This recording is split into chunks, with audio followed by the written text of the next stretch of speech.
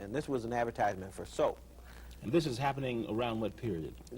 Well, it happened up, and it's still happening, quite frankly, but you'd see most of these in the 20s, 30s, 40s, in the 50s, and even into the 60s. You'd see a lot of advertisements like these. Even now, you still see sold in stores the little man who holds the lantern outside for your lawn, you know, a little black figure who holds the lantern as a servant. This was a textbook that was used in the late 1800s. 10 Little Niggers, actually used in schools as a textbook. In this country? In this country, yes. It would be interesting to go through the pages of this textbook and see the stories, because they're even more objectionable than the title suggests, but we just don't have time to get into it. But again, if African American children have to rely on these images for understanding about who they are and where they have come from, then you can see that we are putting into the African American mind information that will distort reality. Okay, let's take a look then at the next example. Would be a page out of a catalog called Johnson Catalog, where white actors, minstrels could get something that was called nigger makeup, and this was circulated all over the country, and for years, actually for almost 50 years, one of the most popular forms in entertainment in America was this minstrel. So here is a white actor, in this case Al Jolson, and we need to see the whole slide. Okay. Al Jolson, who is became very famous doing imitations of imitation black people, because these were not real black people.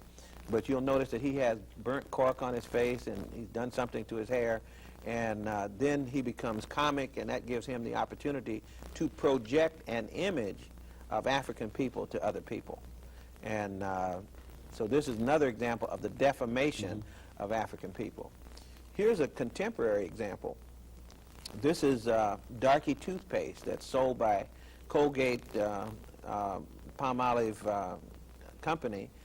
It's sold in the Far East, and again, the exaggeration of black facial features, the business of ridicule and so forth, making fun of black people. You see that happening right now, and in fact, there's an article in the Atlanta Constitution showing the reaction of some groups to the fact that Colgate Palmolive Company sold this stuff in the Far East. When they were asked about it, according to this news article, they said... What year? This would have been, I think it's 1986, if I'm not mistaken. Okay. They said, when asked about this, well, there's no black people over here anyway to see this, and it's not offensive to others, so we're going to go ahead and sell it. So the last word I had is still being sold. That's why people cannot tell us that culture, you know, is something that, I mean, it's important, but don't worry about it. It is important. Because if our children are to succeed, they have got to have a positive sense of who they are, who they have been, so that they will know what they can be.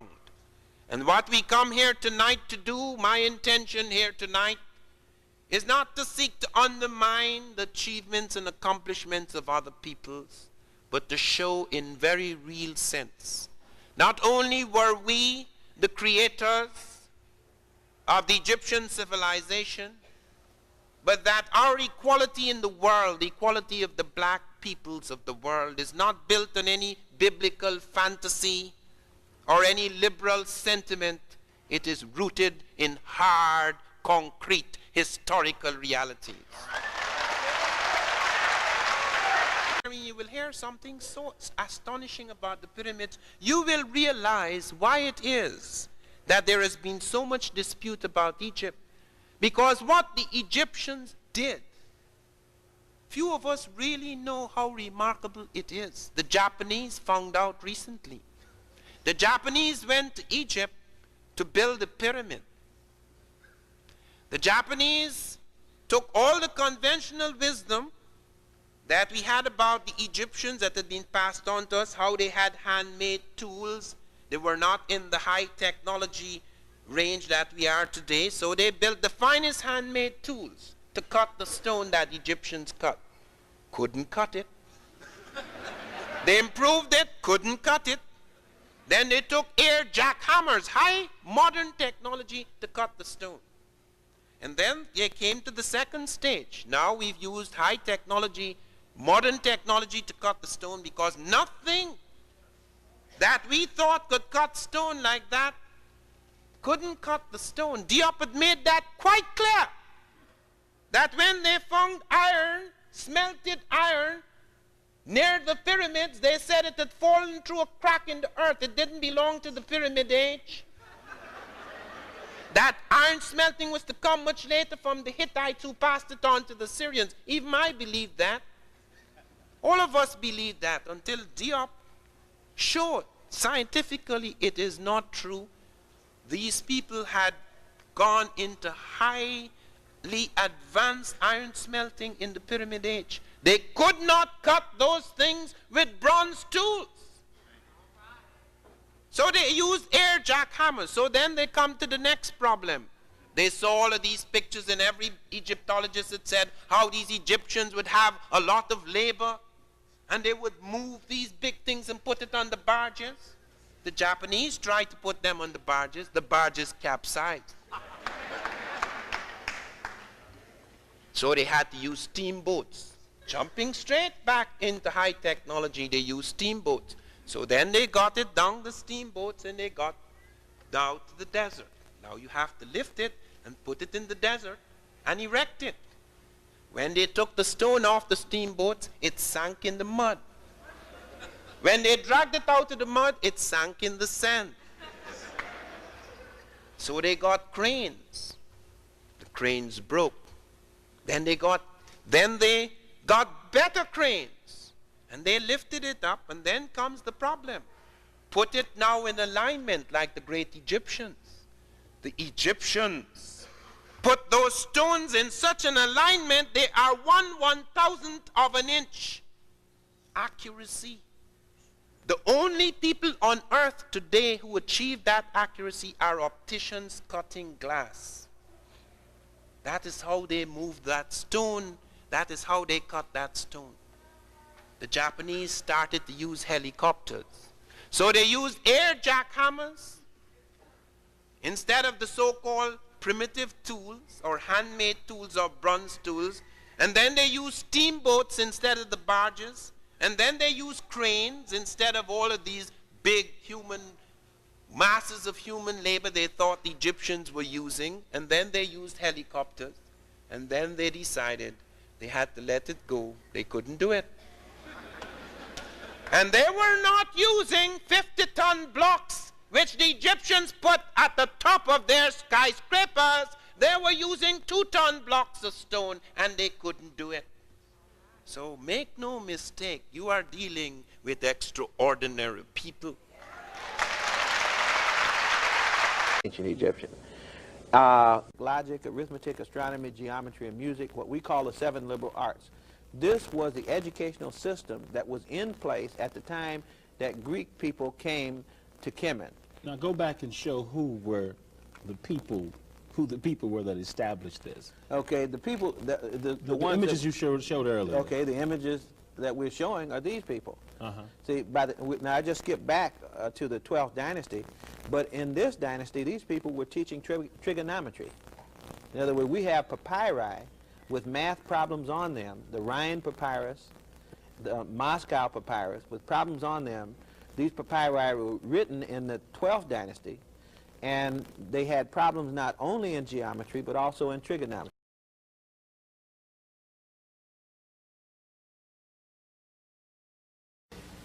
Put my glasses on and actually read this a little bit.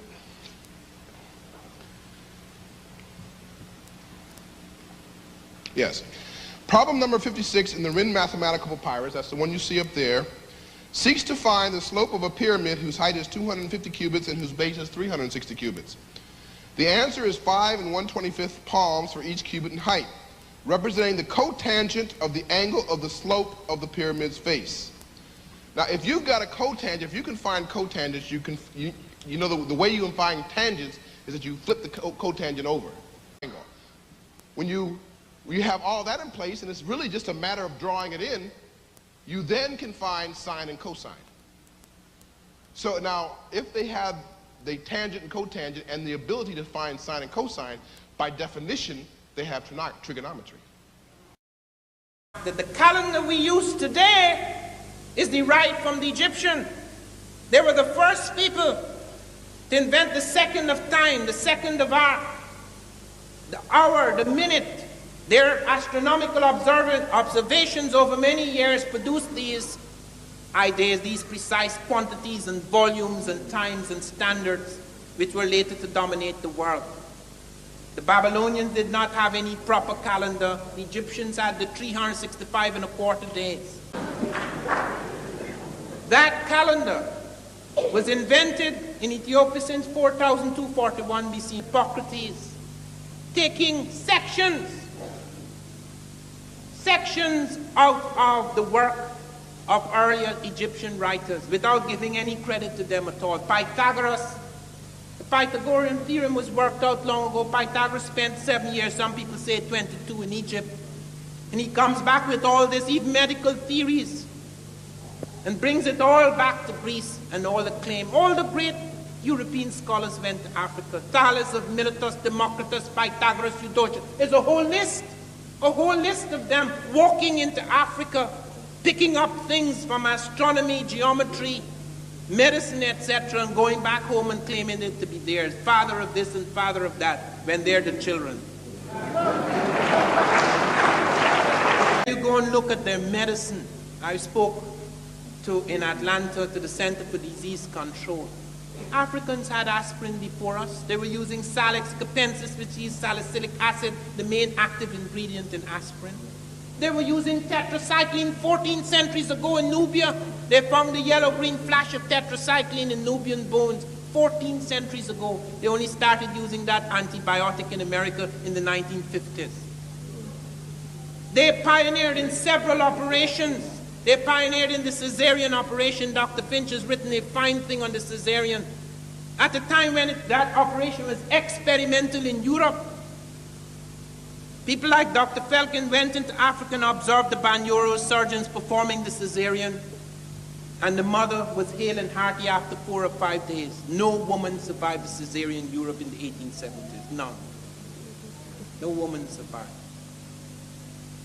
And they observed the operation, the way they stitched, the way they opened the belly, the kind of instruments they used. They observed they were using one of the instruments, the cautery iron, with such fantastic skill. It was very minor tissue damage. It caused great ruptures in the European hospitals. They found that Africans were using both anesthetics and antiseptics in their operating theaters at that time, when in Europe, Lister had only introduced antiseptics 2 years earlier than the witness of this operation, which the witness said must have been going on for quite a while because the Africans were performing with routine skill what was then experimental surgery in Europe. No wonder Mama sent me to college. No wonder she said, son, remember the powers in the knowledge. Significant discovery, which Sheikh Anthony pointed to today, of Tarseti, the discovery of a monarchy in the Nile Valley preceding the Egyptian, at least 2 centuries before the first Egyptian dynasty. And at Tarseti, they found not only architectural forms to which Dr. Diop pointed to this morning, they found the falcon god Horus, they found the crown, the unmistakable, the uniquely shaped crown of the Egyptians. They found the palace facades that were later used by the Egyptians, and above all, they found the hieroglyphs, so that the world's first major writing system is not even Egyptian, it is Ethiopian. Back in the day when I was schooling, blind and unwise to the lies my professor was spewing forth like it was written in stone, I didn't know that under him, the truth was unknown. About 7 centuries ago, they found Africans were plotting an invisible star, Sirius B. Sirius A is a bright star we all see in the night sky. Sirius B is impossible to see with the naked eye. It is impossible to see it with the naked eye. It has a magnitude of about 8.5. And the Africans not only saw it, they plotted its orbit and trajectory right up to the end of the 20th century, up to the year 1990. And the diagram produced by our best astronomy today is identical with what they produced centuries ago. We only became aware of that star towards the end of the 19th century. And not only that, they intuited its mass. This is a white dwarf. It is an imploded star. It's not only impossible to see with the naked eye, it is the most sophisticated astronomy that has shown us that a star so imploded is much heavier than stars that appear 6 times brighter and larger. They came to that conclusion. They had plotted the spiral structure of the Milky Way. They had seen the Jupiter and Saturn, the rings and the moons thereof. They had worked all of that out. But particularly seriously, it caused such astonishment, such consternation in astronomical circles that Kenneth Brecht of the Massachusetts Institute of Technology in Cambridge, Massachusetts, he said, the Africans have no business knowing any of this.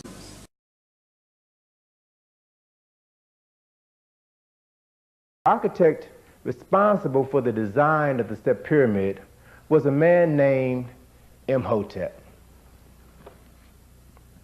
Imhotep was recorded in history as the world's first multi-genius. He is a prime minister to Zoser. He was a poet, a philosopher, a physician. He is considered to be the author of the world's oldest medical treatise ever written. It is a document that is now called the Edwin Smith Medical Papyrus. This book describes 48 different injuries to the head, to the face, to the neck, and the spinal column.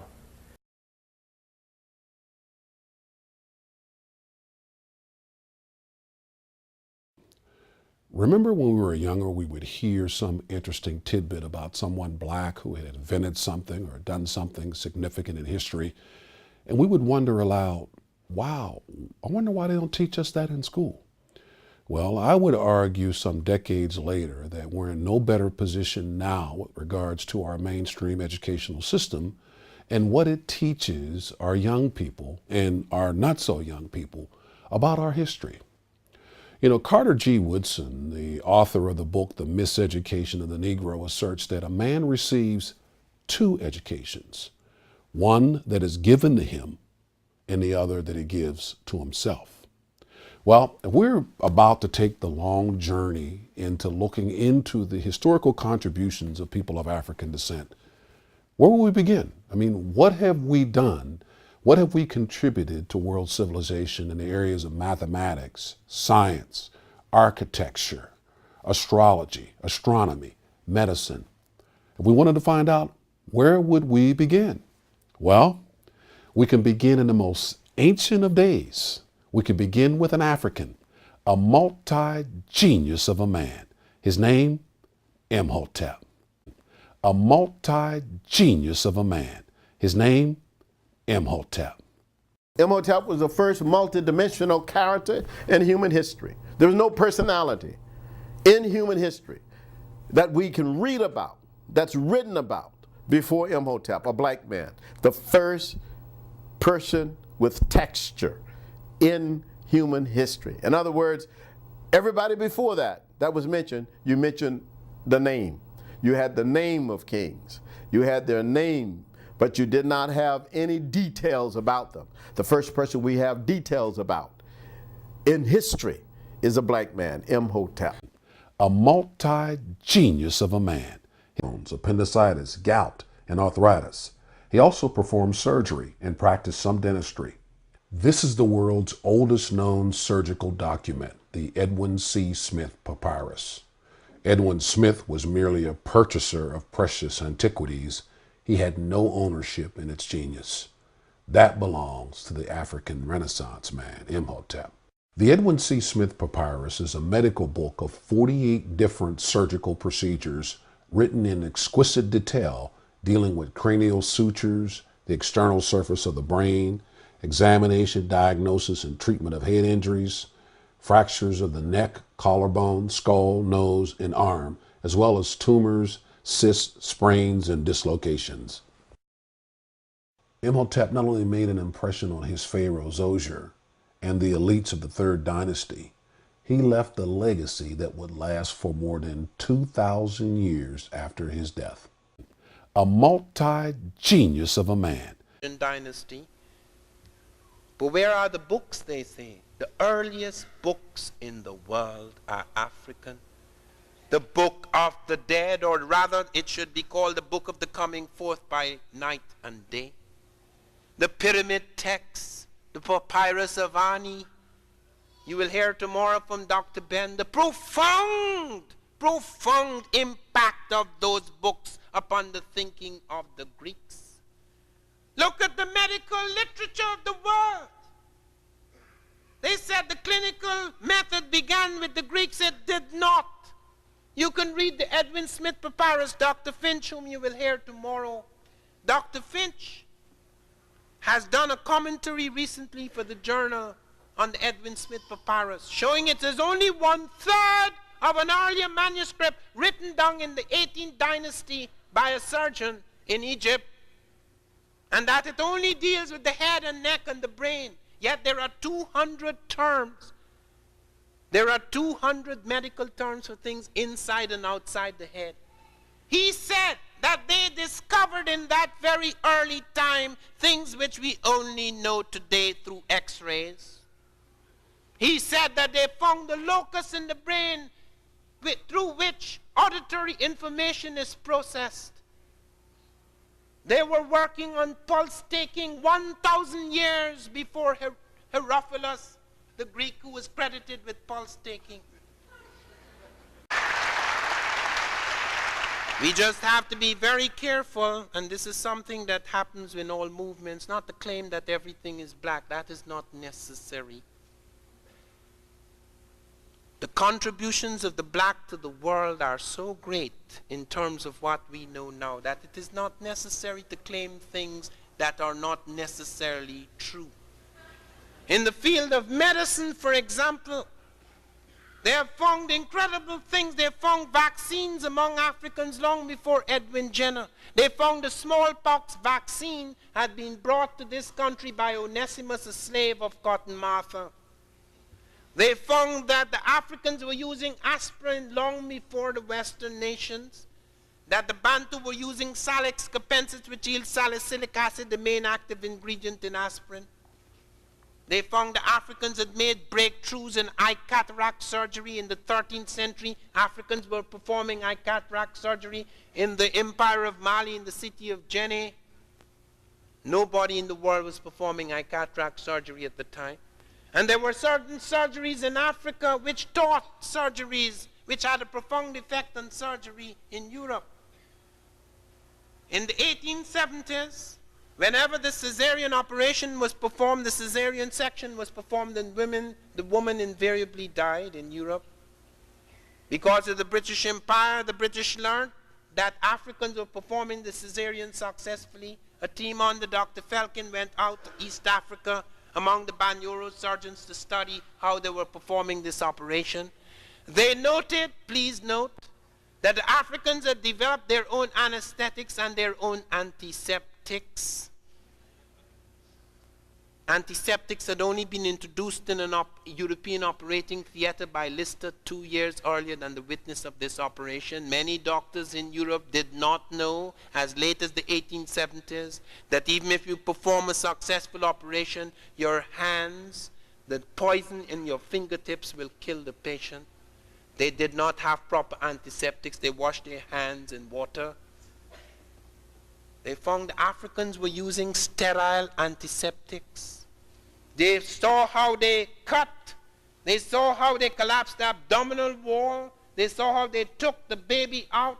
They saw how they were able to take the cautery iron and stop internal bleeding almost instantly with minor tissue damage. They saw how the Africans stitched. They drew the stitches. They brought it back to Europe. And the cesarean operation after that was performed with far greater success. Nobody knows unless you study the history of medicine that that was what happened. In the Edinburgh Journal, for example, they noted the Africans were the first in cesarean operations. They have a picture of it in my recent Journal of African Civilizations, that they had invented a vaccine for smallpox before the Europeans, that they were using tetracycline consciously before the Europeans, that they were the first people to have standardized medicinal doses in Egypt, a socialized medicine. I thought tetracycline was a relatively modern drug. No, 14 centuries ago, they have found Africans using the tetracycline. They found the yellow-green flash in their bones. And they found where they were using that tetracycline, there's the lowest incidence of infectious disease in an ancient population. Do they know how it was administered? No, they found it first in their grain bin, so that it may have started as an accident, but then the Africans became aware of it and started to use it in medicinal doses. They had plotted the spiral structure of the Milky Way. They had seen the Jupiter and Saturn, the rings and the moons thereof. They had worked all of that out. But particularly Sirius B, it caused such astonishment, such consternation in astronomical circles that Kenneth Bretch of the Massachusetts Institute of Technology in Cambridge, Massachusetts, he said, the Africans have no business knowing any of this. All destroyed. And yet the fragments exist, so significant that we have 10 major medical texts in African languages. The first medical texts in the world are in African language. The first mathematical papyri which you saw this morning, that's African. Those are the first. Even today, with all the destruction, we could still go back to the African documents and show them on a street. The Ebers papyrus, the Edwin Smith papyrus, the Smith papyrus, which is 1500 BC. They have chapters on helminthiasis, ophthalmology, gynecology, pregnancy diagnosis, circulation of the blood, the pulse, diagnostic percussion, all that, chapters, intestinal disease and all that 1,500 years before Christ.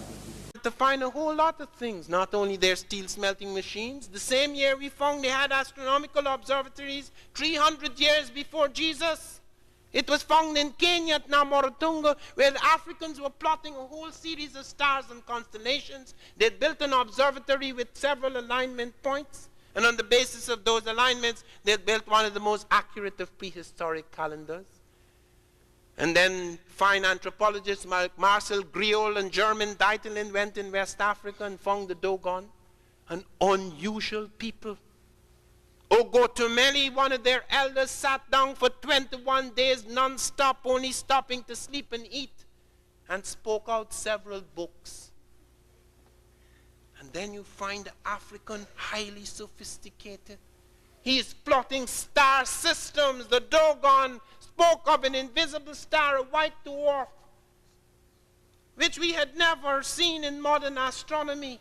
They not only saw it, they plotted its orbit right up to the end of the 20th century, up to the year 1990. It's dead correct. They showed that although it seemed to be a tiny star, it was the heaviest type of star in our galaxy. Our machine showed that is dead correct. They said it had an elliptical orbit of 50 years around its parent star, Sirius A, and an orbit on its own axis. Our machine showed it had a 50-year orbit. We haven't caught up with the one-year orbit yet. They pointed to an object flashing and darkening, contracting and expanding within the region of Sirius B. The Einstein orbiting satellite found that 3.5 years ago. Do you know when the Africans found that?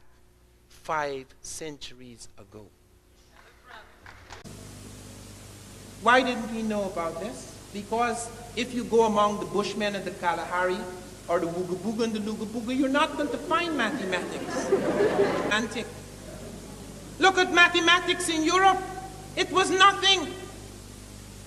Do you know that when the numbers system 1, 2, 3, 4, 5, 6, 7, 8, 9, 10, that's Hindu, the Arabs and Africans invaded Europe as Moors, and the Arabs brought from India the numbers Fibonacci, yes, brought it to Europe first in 1202, but the Europeans didn't accept it because the church said numbers are works of the devil. It's as late as the 17th century. He said that, he became more alert and more human being. He became more, you see, Malone became a more human being. Not just human being, you became a more yourself. You achieve your destiny when you go to Kemet school. You became a human being, more human. We are a human being already, but more human being. That means more wise. And when you go to Kemet school, when Plato himself compare what they do in Kemet school, I give Greek because it will be no debate. You see, it's our school in Greece, the way we are doing things is just for creatures like pigs. You see, like pigs. You see, and he said, myself, I'm ashamed. Myself as a plate, I'm ashamed. We do things like that, is a shame. And also, not only for myself, for all Greek, the Greek world is a shame. What we can do, our education, when you compare with a Kemet, is not even for human beings, it's just for pigs, for animals.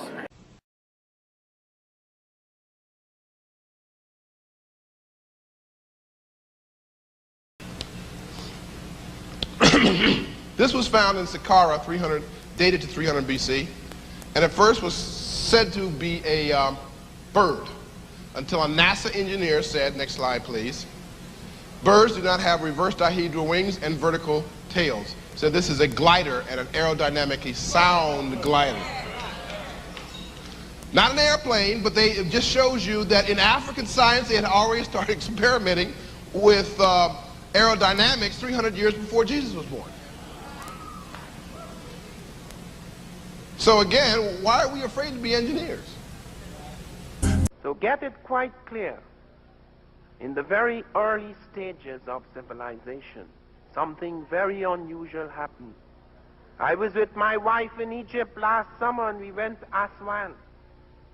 And I looked at a block, an obelisk, a stone obelisk which had been cut many centuries ago. And I looked at the way it had been cut, the perfection of the cut. I looked at the stone. And I wondered why they had abandoned this obelisk. They abandoned it, they said, because it had a flaw. And I looked carefully. It is true, my eyes are not what they used to be. I could not see this flaw, so I used my hands, which are extremely sensitive. And it had to be pointed out to me where the flaw was, and it was very clear to me it would have taken centuries for that flaw to really make a difference. But our people didn't play around with things. It had to be perfect. When the Japanese were building the pyramid, when they tried to put the stones in alignment, they cracked and broke and were badly scratched. When they went to check the stones that the Egyptians had put into alignment, 1/1000th of an inch accurate, not a single stone was scratched or cracked. You are dealing with people who felt you had to be as perfect as possible. Let us pray that those of us, our people who learn of their heritage, their ancestors, will not accept mediocrity as their standard. Want to see the proof? Want to get that power? The power's in the knowledge, but it only comes to you when you know what your ancestors did, because only then do you know what you can do.